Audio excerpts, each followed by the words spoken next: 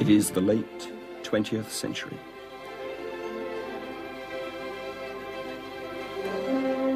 It is a world of order, but a world of chaos. A world of power, but a world without security. A world of progress, but a world without direction. The present is too close to us. We cannot see where we are. Surrounded by the ordinary, we are unable to see how it is strange.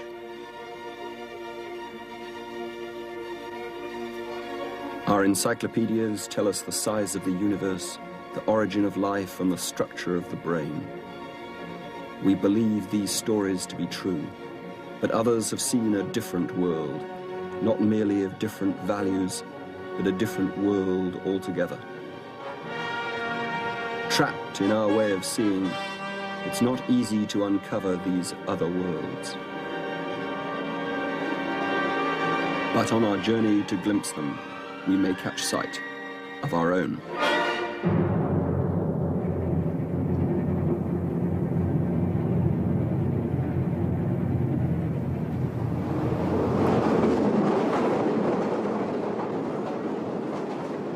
Let me tell you a story.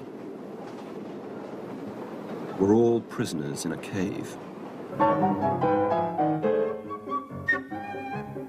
We can't move. Our limbs are strapped. Even our heads are fixed. There's light from a fire casting shadows on the wall in front of us, and sound is bouncing and echoing off the wall.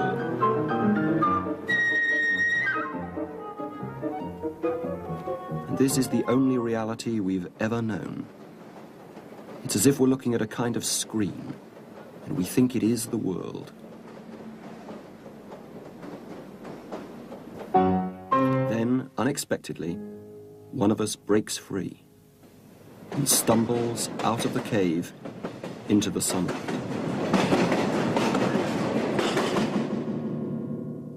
He's totally disorientated and dazzled by this experience. He doesn't know what he's seeing at all.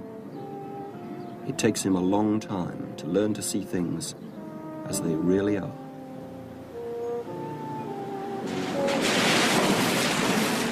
To understand that he previously lived all his life in a state of illusion.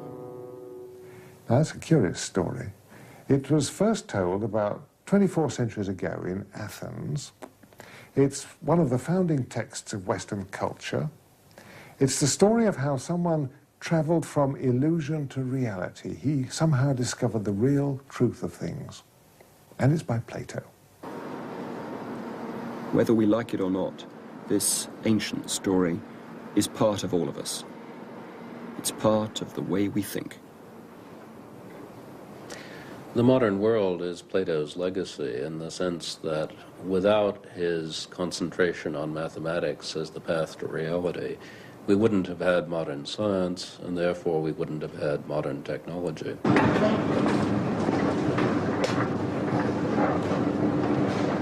If it weren't for centuries of mathematicians playing around with invisible objects in the way in which Plato recommended, we would not have computers, we would not have the kinds of buildings and machines that computers have made possible. The past may be the key to the present, but it is elusive. We see it through our spectacles, we give it our meaning.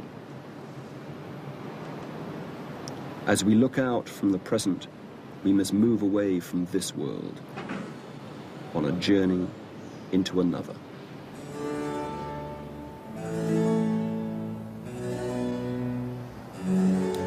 Our story does not start with Plato, but 150 years earlier, some 2,500 years ago, with a more shadowy, legendary figure. We all learnt his name at school, but were given no idea of his importance. His name is Pythagoras.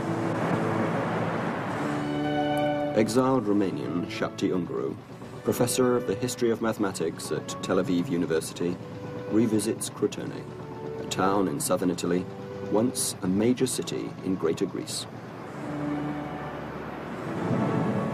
As I left Romania, I used the first available opportunity to come to Crotone, the actual place in which the master organized his school and developed his ideas.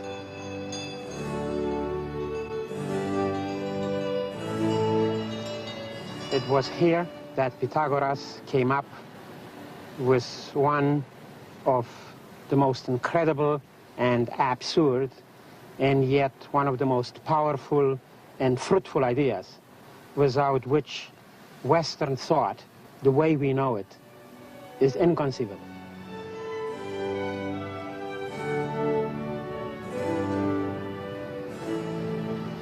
The crucial Pythagorean idea consisted in the view that the material world is actually made up, constructed out of numbers, and that the proper way to understand it is to unravel the numerical relationships lying at the essence of things.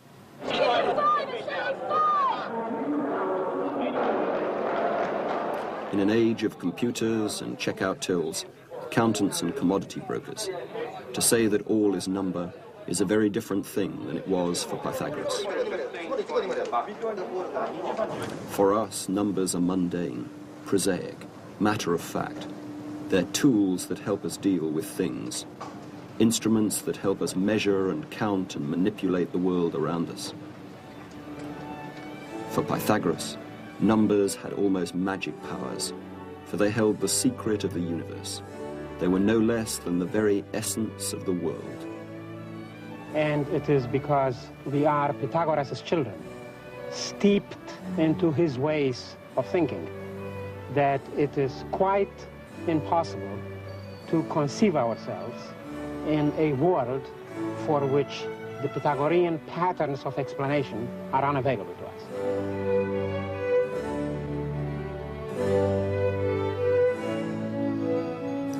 Pythagoras' claim that the world was based on numbers was unlike anything anyone had said before.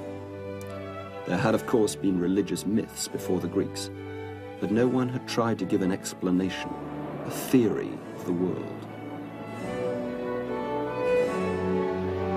Yet here was an account of the world that described it in terms of an abstract, theoretical notion. Other Greeks had suggested the world was made of water or fire, but you could not point to numbers. You could not find them in the world. It seemed they lay outside of the physical world. Little wonder, then, that for Pythagoras, they were sacred and mystical.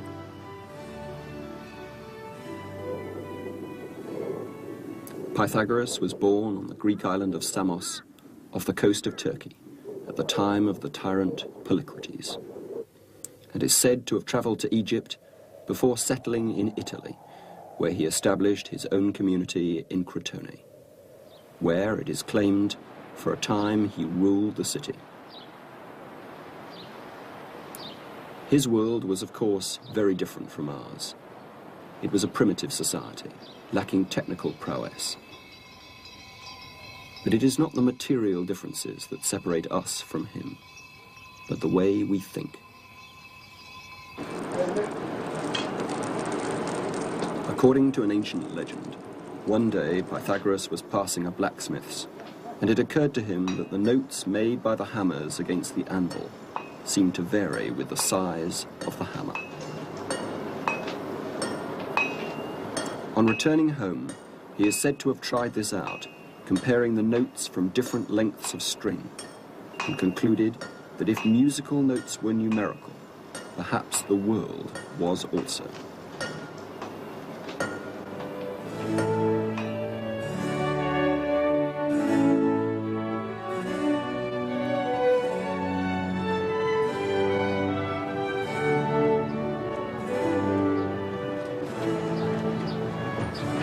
Jocelyn Godwin teaches music at Colgate University in New York State.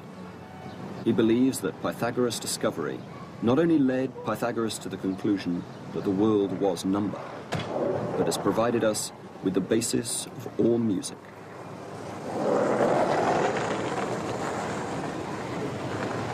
I imagine him discovering it like this. He takes a string, let's say a string 2 feet long, this string, and he asks himself, what is the simplest mathematical operation I can do with this string? Cut it in half. What does a string 1 foot long sound like? And if you listen to the relation of those two notes, you hear something very familiar. You hear an octave. What you have there is the framework in which music can happen.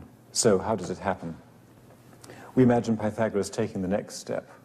He divides his string in 3. And the resulting note produced by this length of string is higher again than the octave by an interval which we call the perfect fifth. But you can really make music with a perfect fifth, which you can't with an octave. For example, I can take a chain of perfect fifths, like this.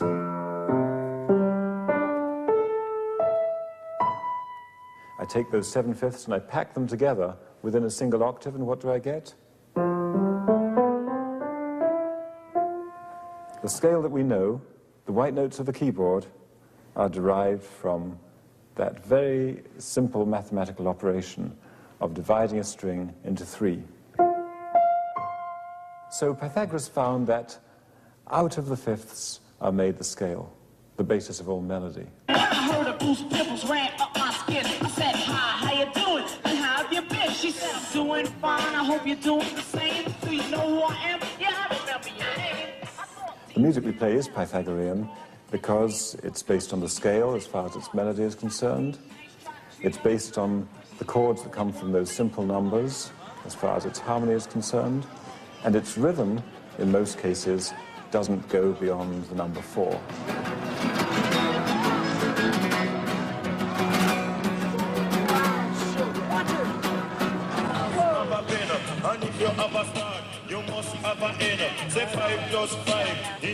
Pythagoras found this a remarkable discovery because it showed him that what the ear hears as most satisfying and most restful, those simple intervals, are also the simplest numbers of mathematics.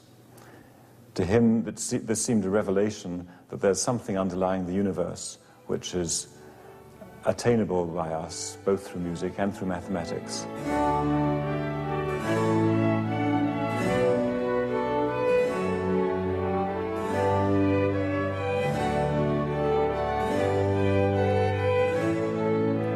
For Pythagoras, music is a metaphor for the way the world works. Everywhere we look, we see the interplay of concord and discord, the interplay of harmony and disharmony. We see people and things coming together like the notes of a fugue.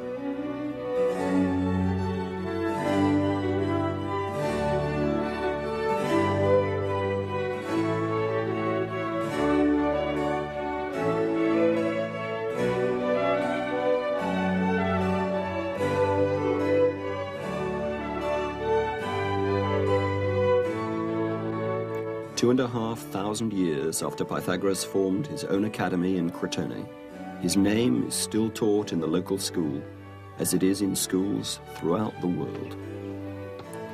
But it's not Pythagoras' belief that the world is number, or his discovery that music is mathematical that is taught.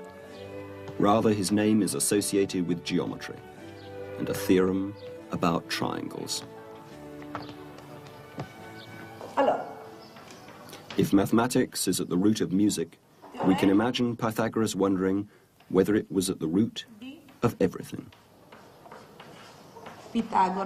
And so he looked to the other senses, to the world of sight, to the world of vision, to geometry, to find a parallel numerical relationship to the one he had uncovered in music. And that is exactly what the Pythagoreans believed they had found with their famous theorem. For as every schoolgirl and boy knows, the Pythagoras theorem states that the square of the longest side of a right-angled triangle is equal to the sum of the squares of the other two sides. It is nice and dandy to say that the world is made up of numbers.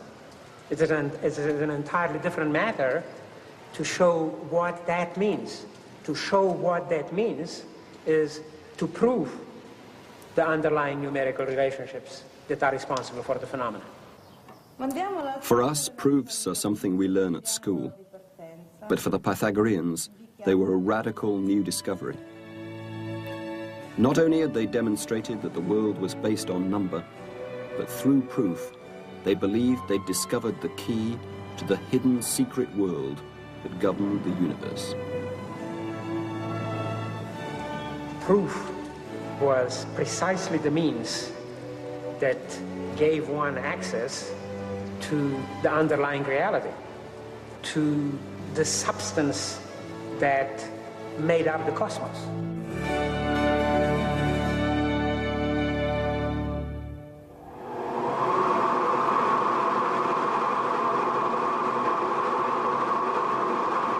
We live in a world of geometry just as much as we live in a world of numbers. We surround ourselves with right angles and straight lines. Almost every object around us is symmetrical and made from elementary geometrical shapes. For us, shape and number are quite separate. In Pythagoras' world, they were inseparable. And we can demonstrate it here by setting it out like this. If we draw Keith Critchlow argues that we've much to learn from the aspects of Pythagoras we have discarded, and is the architect responsible for completing the largest Gothic cathedral in the world, St. John the Divine, on the fringe of Harlem in New York City. We tend to think of shape as an aesthetic matter, but for Pythagoras, shape, like music, was number. Pythagoras believed that the world could be explained in terms of mathematics. The world we see and experience had inside it mathematical form. The way we believe he did this was to say that the number one could be treated as a point. A geometric point is the number one. Number two could be represented by two such figures, and that is the definition of a line. 2 points making a line. So the first relationship is a line. By bringing in the number 3 and 3 points, we get the first shape, a triangle. Now we can bring in the fourth one to make a square by doing this, or we can make it into a pyramid by putting the fourth one on top, and we get our first pyramid. So Pythagoras associated numbers 1, 2, 3, and 4 with basic shapes: the circle, the line, the triangle, and the square. And for him, these numbers, these shapes, made up the world. The history of architecture could be seen to be the history of employing these basic shapes that Pythagoras proposed. If we look at this skyline here, what do we see? We see nothing but geometry. May be occasional tree, but nearly a complete landscape of geometry. It is both its blessing and its disaster. Pythagoras would have been disappointed, let's put it like that, with New York. He would have been disappointed because he said there are 3 shapes which need to be used in harmony: the circle, the triangle, and the square. Now, if we look at this landscape, we see a complete lack of the circle and very, very little of the triangle. Pythagoras proposed that these had a psychological value. Now, the difference between New York we're looking at and the cathedral we're standing on is the cathedral embraces these shapes. It is fundamental to a cathedral, which is a building about the whole. That's what it sets out to be. It is and has to employ these shapes. And that's why a building like the cathedral is a vital necessity to New York. In a sense, the skyline of New York is Pythagorean in the geometric sense. And there are examples within what is basically a right angle and an upright geometry, where we see things like the Empire State Building, which is immensely beautiful because there's a change in shape. And there's other buildings, 1 or 2 in the skyline, and they fulfill another very important role that Pythagoras suggested. It seems strange to us, maybe a little unlikely, but he said that these basic shapes must be kept in balance. Well, the evidence is right the way through architectural history, through the Renaissance, through Gothic England and France.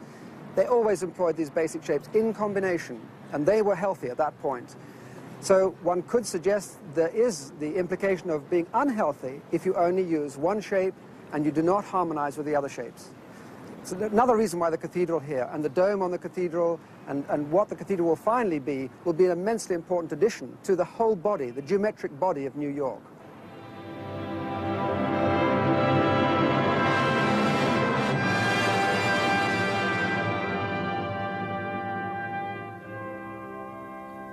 From our modern perspective, Pythagoras' view of numbers, if we can catch sight of it, strikes us as mystical and somewhat unlikely. But it is at the source not only of how our world looks, but how it works. For it is at the basis of our technology and our science.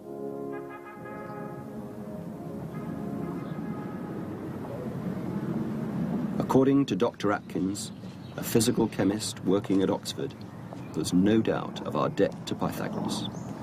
Pythagoras opened the eyes of the world. He had a hunch, and it was little more than a hunch, that mathematics would prove to be the key to the description of nature, the description of everything around us. And in the course of 2,000 years, we've come to see that mathematics is the key to understanding just about everything. Pythagoras had the hunch, but it was Newton who turned it into the extraordinary edifice that we have today. Newton was really the first person to show that mathematics could be used to describe the world.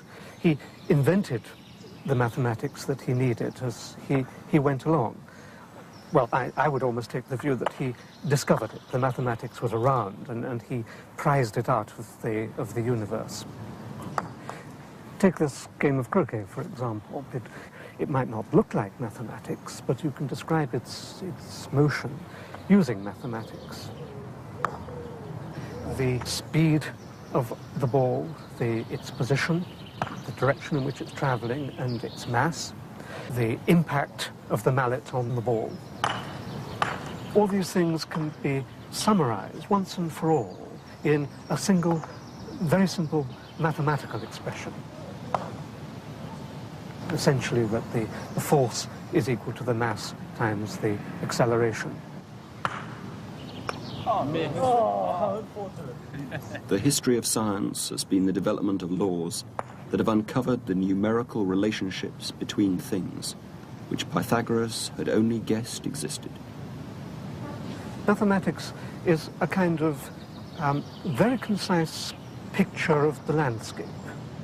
When you look at the pattern in which a tree grows, it's almost as though you see the mathematics forcing itself on your attention from inside the fabric of the universe. We see the way that a plant grows, that a flower opens. In each case, we find that it represents a particular type of mathematics. You may think that maths can never come up with the unexpected, so how can it possibly account for the rich complexity of the world that surrounds us? How can it account for the complexity of trees and of flowers and of people? But mathematics is capable of generating unexpected things, as we can see in this pattern, in which each point represents a number, and the color, the speed with which the numbers multiplied by themselves approach infinity. Although generated by a simple rule, the pattern contains almost limitless complexity. Keep in mind the general shape of these two big spheres with little lumps growing on them. And as I proceed, you will see this pattern appearing time and time again. What I'm going to do is to magnify the region inside that rectangle. You can see that we've still got the black and the blue regions, but that the structure on the line is becoming clearer. I'll do that again. I'll calculate the area within the rectangle, and you can see the complexity that's embedded in the complete diagram beginning to appear. Let me magnify this region, and we're getting the complexity unfolding in front of us. This is quite unlike an abstract painting. If you look at an abstract painting, what happens is that by the time you get to the magnification that shows the flakes of paint, you really lose all interest. But here, I can go on exposing the structure of this extraordinarily beautiful picture 1,000,000 times, or endlessly. So although the complexity of nature does not look as if it could be generated by mathematical rules,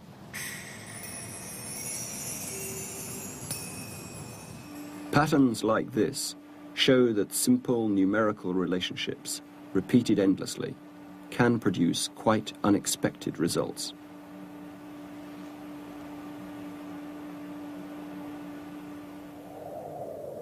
Pythagoras had a vision. He had the vision that mathematics was the right way of describing the world. Indeed, he thought it was probably the only way of describing the world. But he went beyond that, and he had an extraordinary view that maybe the world was only mathematics, that all the leaves and the trees and the animals, the planets, they were just mathematics, nothing more than mathematics. Everyone thinks of matter now as being composed of atoms, but the closer we look, the less there seems to be, that the atoms become almost replaced by mathematics as we peer into them. So if I were to ask anyone what they meant by substance, they might say it's stuff that you could touch. And I might press them to go a little further, and they might say, well, it's a collection of atoms. But why should I stop there? Why don't I press them even further? And then they will say, well, it's made of electrons. They might say, well, it's made of nuclei. So I can go on pressing. But when I press them to the point of saying, what do you mean by a proton? What do you mean, really, truthfully, deeply, by an electron or a quark? All they can do is not say, well, it's a little piece of rock in the middle of it all. All they can do is to point to a collection of mathematical expressions and say, this is what I mean. And the question that may seem weird, but I think is not absurd, is the question that Pythagoras himself raised 2,000 years ago, that as well as just being a description, is it perhaps the case that when we touch this object, we're really touching the mathematics? That is mathematics the deep structure of the world?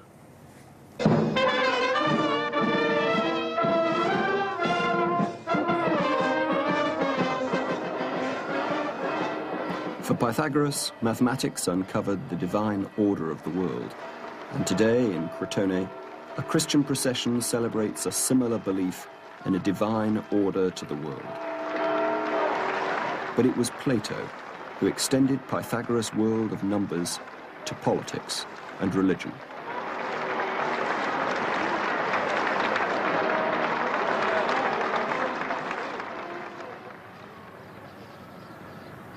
Plato, a Greek aristocrat, came to Crotone 80 years after Pythagoras' death. No written remains exist of Pythagoras' teachings, but Plato's works remain almost intact and have echoed through the centuries of learning that form the culture of the West. Pythagoras' view of mathematics was adopted by Plato. But Plato went further and saw mathematics as part of a perfect, pure world, an ultimate reality, which contrasted with the world of appearances, of shadows that surround us. In so doing, he set up the very framework of our thought. He gave us so much by erecting a set of distinctions and a vocabulary which facilitated both Christianity and modern science. He made what we think of as the civilization of the West possible.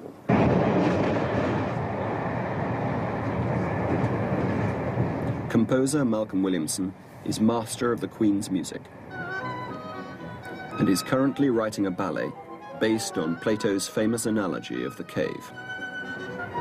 Plato is as relevant today as, at least as relevant today as when it was written. And I can render it, I believe, in musico-balletic terms, in a way that I couldn't rewrite it, I couldn't put it down as drama with a spoken word.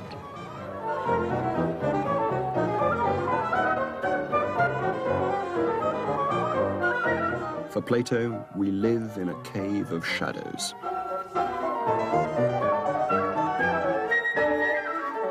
Since, as prisoners in the cave, we've known nothing else, we believe these shadows to be reality. Look, you're the reality. There's the firelight, and this is just a shadow. You must be doing the same as what she's doing. Do you realize that? That's right, yes, good. But you're reflecting from over there. You see Edwin and his girlfriend there? You're an engaged couple, but you're just the shadows. And prisoners, will you look at these as if they are real things? I know they're only the shadows of the puppets cast by the firelight, but you think that this is all that life is. This is the only world you know. You've never seen these puppets behind you. And now comes the terrible shock when one of you decides to break loose and see if there really is another reality.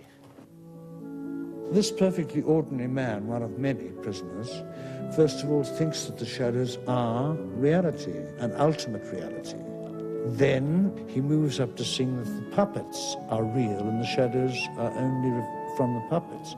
Then he sees the fire that causes that. And then he goes into the upper world and he sees in the pool this beautiful, beautiful image, which is the moon, and he thinks, at last I've found the ultimate reality.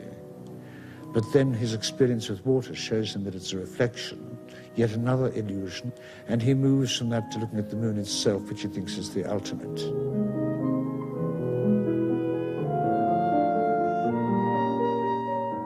Plato seems to be saying that there is an ideal world, an ideal good, which he symbolizes by the sun. We are living in this world of illusions where we think the illusory is real. Behind the unreal, the illusory, the shadow, there is something more real, and behind that there is something more real.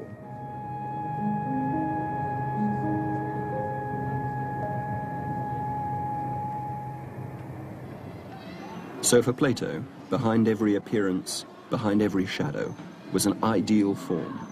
These forms were arranged in a hierarchy. The forms of simple objects like tables and chairs were at the bottom, while abstract forms like beauty and justice were close to the top. The highest form was the good. For Plato, we live in a world of illusion and must strive to reach a higher, purer, more perfect world. But how was this world to be reached? How could we break our chains and escape from the cave? Plato's answer was through thought, reasoned argument, and reflection. And only a few, the guardians of the people, the philosopher kings, could have access to this higher world.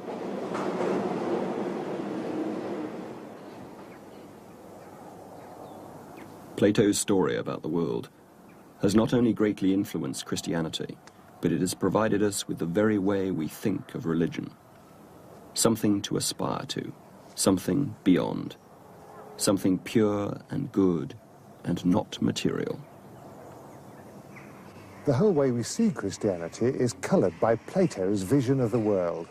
We take it for granted that religion's oriented towards God, life after death, an eternal world above, about which you need to hold the right beliefs.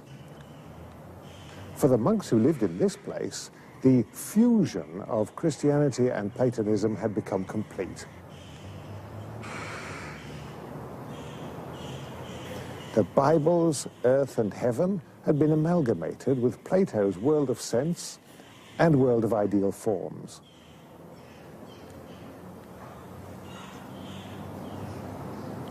The Bible's flesh and spirit had become for the monks the distinction between the body and the soul.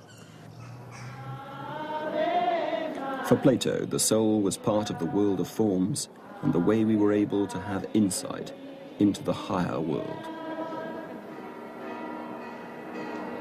Plato held that the forms of thought are themselves immortal and unchanging, and if our minds can handle them and we can familiarize ourselves with them, then we belong to that world. We're immortal too. To a surprising extent, we still think of the soul in that way nowadays, as if it were a spiritual substance attached to our bodies. Like Plato, we still think of the soul as something that is part of us and yet is part of another world beyond. An immortal addition to our mortal selves. But it is not only the Church who have adopted Plato's vision of a true, perfect world that we can catch sight of behind or beyond this one. It is a vision that has dominated art, literature, and poetry. Just as the early Christians were attracted to Plato's world because they liked his doctrine of the soul, so the Romantic poets were attracted to Plato for rather similar reasons. William Wordsworth came here to Tintern Abbey because it seemed to him that Plato's teaching made art possible. Plato had shown him that nature is not just a dead machine, but is everywhere full of reminders of a world of ideal forms, a spiritual world beyond this world of sense.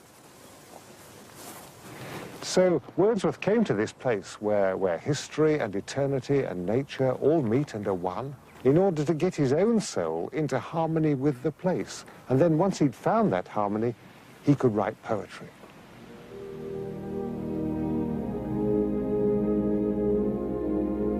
These beauteous forms, to them I have owed that blessed mood in which the heavy and weary weight of all this unintelligible world is lightened.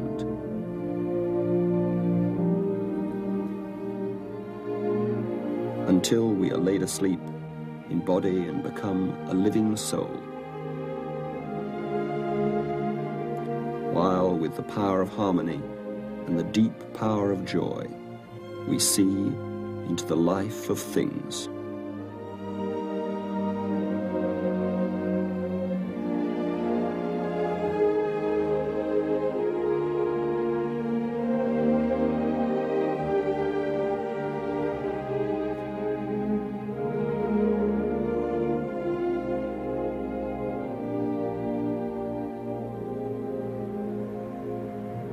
In general, any work of art is a reflection of a reality, and any work of art is striving to realize something that is going to capture the essence of the moment.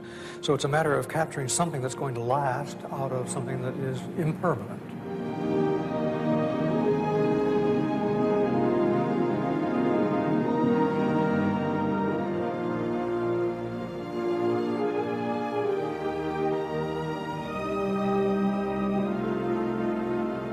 I think every century, every style, every period, every era has to come to terms in one way or another with the Platonic idea of the essence of things. Plato was critical of art because for him art meant imitation. Today, art has a very different sense, incorporating the Platonic ideal. For art is now seen as something that captures the deeper meaning that lies beneath the surface. Right here on this wall, we have a Picasso, and he's trying in this particular picture, which is just entitled The Accordion, to get the essence of the geometry of the visual image.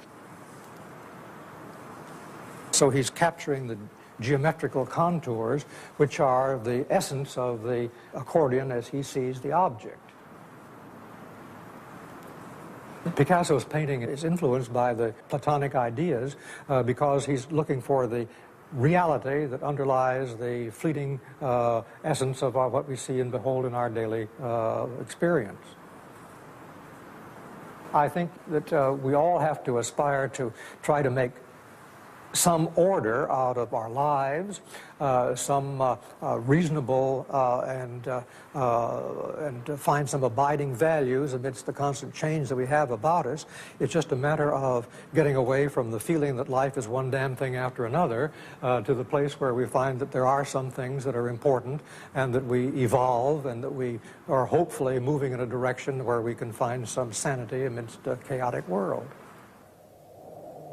But the fine ideal of a perfect world that we can try to glimpse through poetry, literature, and art, and that we can aspire to in our morality and behavior, harbors within it the seeds of danger and destruction.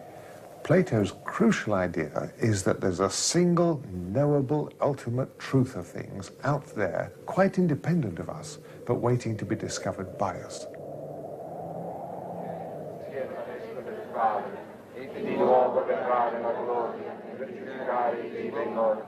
The trouble is that if there is just one absolute truth in that way, and we can learn it, then an elite group of people can be schooled in it till they all know it alike without any disagreement, and then they'll have the right to rule.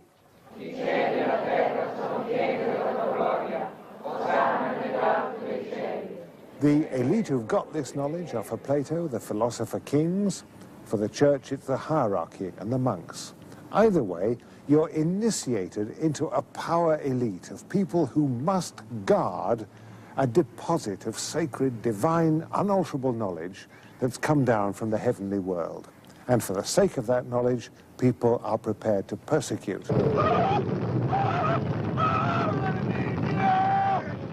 Plato himself advocated the persecution of heretics, and the church practiced it.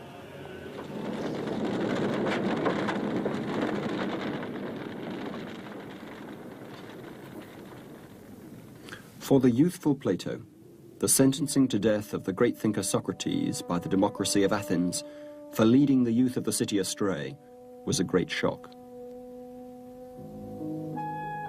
For us, almost the world over, democracy is seen to be a good thing.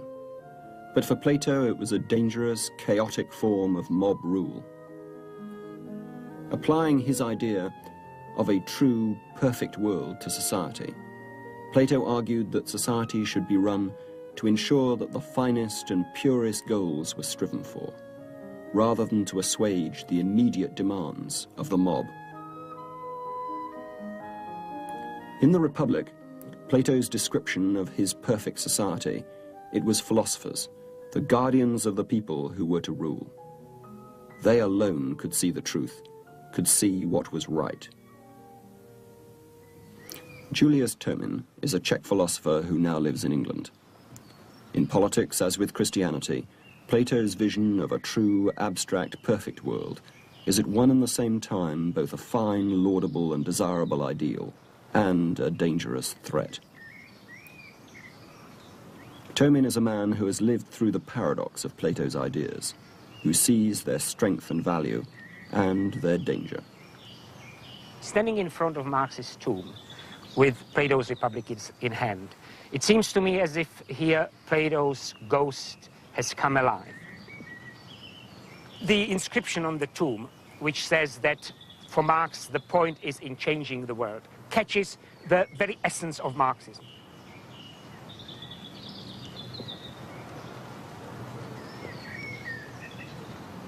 What does it mean? It means you must know what is the best world, and you must get power to change the society, and that's in the very essence of Plato's own project in the Republic. Not even the rulers in Plato's state are entrusted with knowledge. It's Plato who prescribes.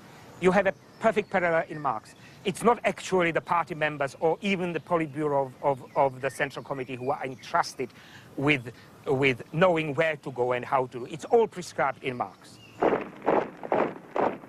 Like the philosopher rulers and the priests, the party elite are the only ones with access to the truth, and they have the right to impose it on everyone else for their own good. There is a lot in Marx for which I am positively and deeply indebted. It made philosophy something which mattered for me personally and which I knew mattered to my nation and ultimately mattered to the world. And it was in Czechoslovakia in the 1960s that Tomin was imprisoned, barred from university life, and sent to work in a power station. It was in this unlikely setting that he first studied Plato. it gets into your bones when you go day by day into a place which is damp, which is full of draft, which is full of noise, and you are doing all your studies there. But there were, at the same time, there were glorious moments. There were glorious moments of awareness that it was me and there who had freedom to think, who had freedom to speak. Czechoslovakia, seen from within the factory, was like a grotesque parallel to the Republic, and vice versa. Many aspects which Plato devised as features of his ideal state, like watertight censorship, perfect reglementation of lives of every citizen, was something which Czechoslovakia realized in a rather shabby, everyday, mundane, highly imperfect way. I think that one can show in the Republic that what Plato really was after was power, and that the resulting totalitarianism of the Republic is the result of that aspiration. In 1977, Tomin decided to set up a clandestine seminar to discuss Plato's work. Presenting Plato to students ready to risk imprisonment for the sake of doing philosophy was a great experience, which I wanted others to share.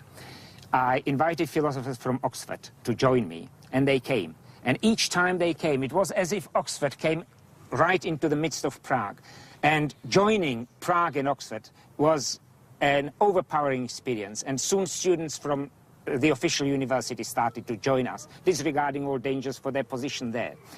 And after several months, the authorities decided that they simply couldn't tolerate such a strong experience in the middle of Prague. And my seminar started to be invaded by police week by week and simply could not take place, and I had to disconnect them. By that time, Tomin had been invited to Oxford and Cambridge, and when he was forced to leave Czechoslovakia, he decided to come to Oxford.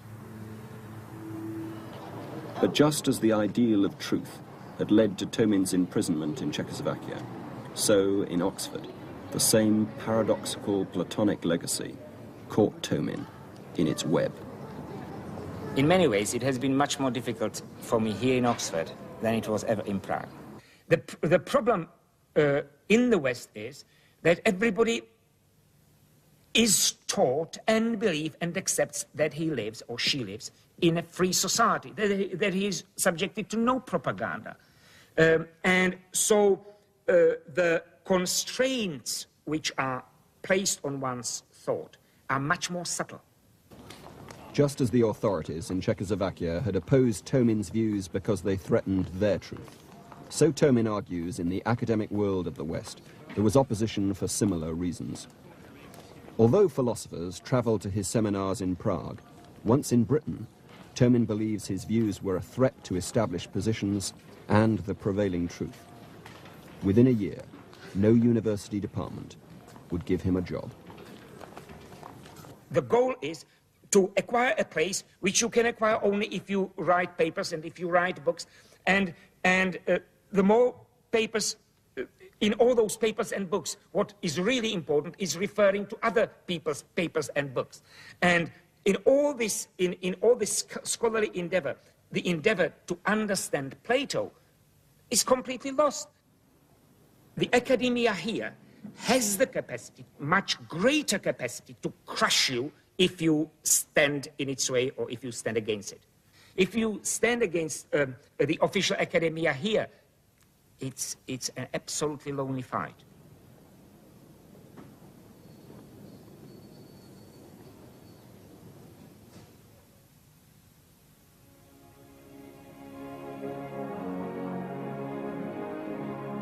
Plato's legacy is everywhere. The way we structure our thought, the words and categories we use are his. But his legacy is a confusing one. Yes, Pythagoras and Plato have given us technology and science. They've given us the idea of a theory, which might explain the workings of the world. They have given us the idea of knowledge and truth. They have given us ideals, social, political, religious. But if we owe our success to Plato, we also owe our chains. In art, religion, science, and politics, we have fought to impose one truth. We have sought to maintain our truth over the truths of others.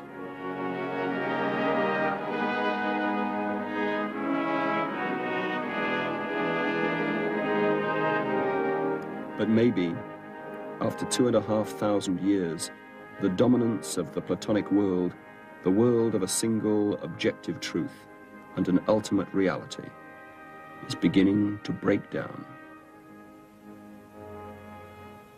Plato built a distinction between objective knowledge and subjective opinion into our way of thinking. I think we can probably get along without that distinction. We might get along without the idea that there is a true world out there to be discovered and corresponded to. On this conception of truth, unlike Plato's, there is no sense to the phrase, I have arrived at the truth of the matter. There is nothing to contrast with shadows. There is no such thing as the light, which someone might have seen. Nevertheless, Plato's influence on the way we think about mathematics and logic and science and so forth has been so great that we still don't know whether we'll be able to live without him. We don't know if a deeper alternative to his ways of thinking is even possible.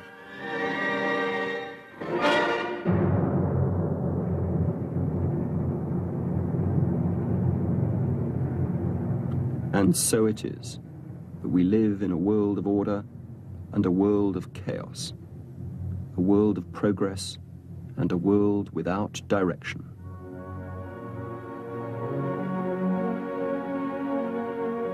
It is the late 20th century.